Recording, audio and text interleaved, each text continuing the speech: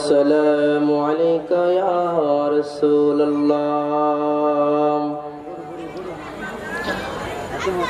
الصلاة والسلام عليك يا حبيب الله الصلاة والسلام عليك يا شافع المذنبين الصلاة والسلام عليك يا رحمة للعالمين قل بفضل الله وبرحمته فبذلك فليفرحوا هو خير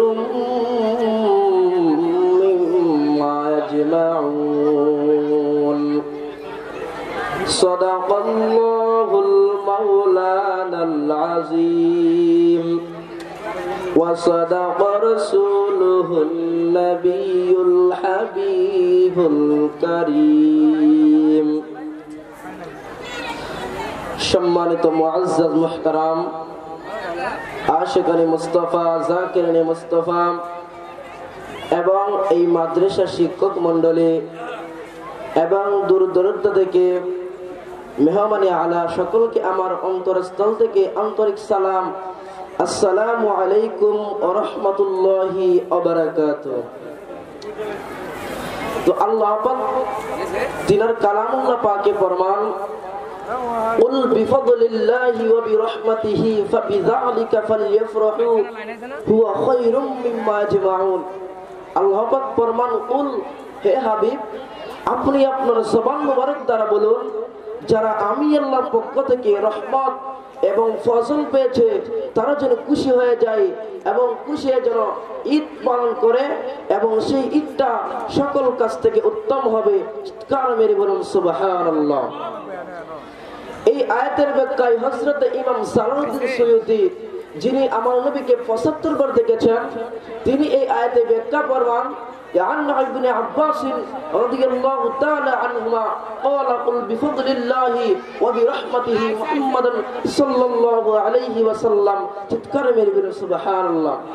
তিনি ফরমান যে আল্লাহ পাক বলেন কুরআনুল কারিমে পড়ুন বিফাদলিল্লাহ, ফাদলুল্লাহ এটার ব্যাখ্যায় হযরত ইমাম জালালউদ্দিন সৈয়দী ফরমান যে এই ফাদলুল্লাহ দ্বারা আল্লাহর অনুগ্রহ বোঝানো হয়েছে আর রহমত দ্বারা আমার নবী আখির নবী মুহাম্মদ মুস্তাফা সাল্লাল্লাহু আলাইহি ওয়াসাল্লামকে বোঝানো হয়েছে। চিৎকার মেরে বলুন সুবহানাল্লাহ। আমার আল্লাহ তে ফরমান ওয়ামা আরসালনাকা ইল্লা রাহমাতাল লিল আলামিন, হাবিব যতটুক এরিয়ার জন্য আমি রব্বুল আলামিন ততটুক এরিয়ার জন্য আপনি রাহমাতুল লিল আলামিন। চিৎকার মেরে বলুন সুবহানাল্লাহ।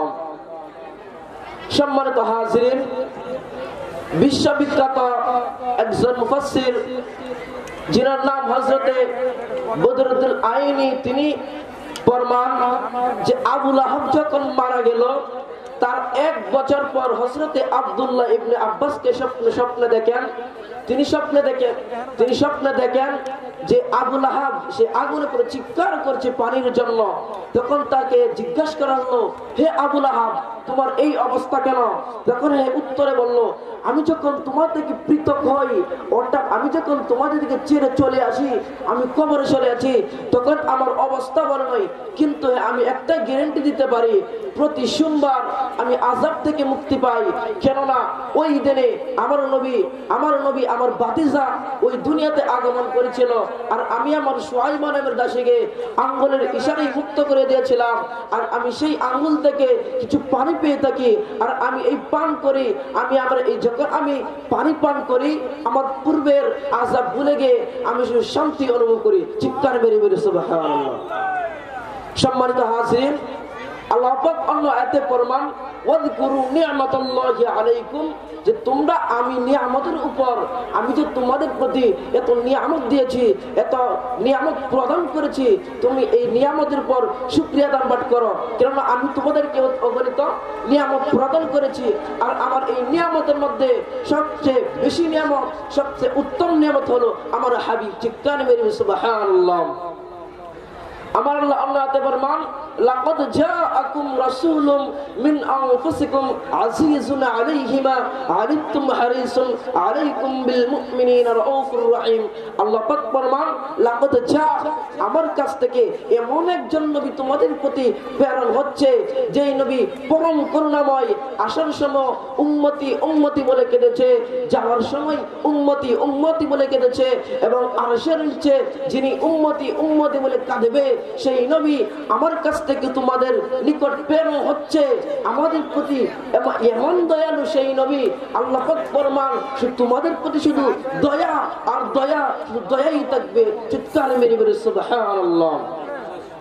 সম্মানিত হাজরিন, আমি আরেকটা কথা বলে শেষ করে দিচ্ছি। হযরতে আবু দারদা রাদিয়াল্লাহু তাআলা আনহু থেকে বর্ণিত যে আমি একদিন হুজুর পাকের সঙ্গে আমির আনসারী বাড়িতে ভ্রমণ করলাম। অর্থাৎ আমি যখন আমির আনসারী বাড়িতে গেলাম, তখন গিয়ে দেখি হযরতে আমির আনসারী এবং তার বিবি এবং তার সকল সন্তান এবং আত্মীয় স্বজনকে নিয়ে মিলাদের অনুষ্ঠান করছে, মিলাদুন নবীর অনুষ্ঠান করছে। আমার নবী ডাক দিয়ে বলে, হে আমির আনসারী, তুমি আজকে এই মিলাদ করে কি করেছে জানো?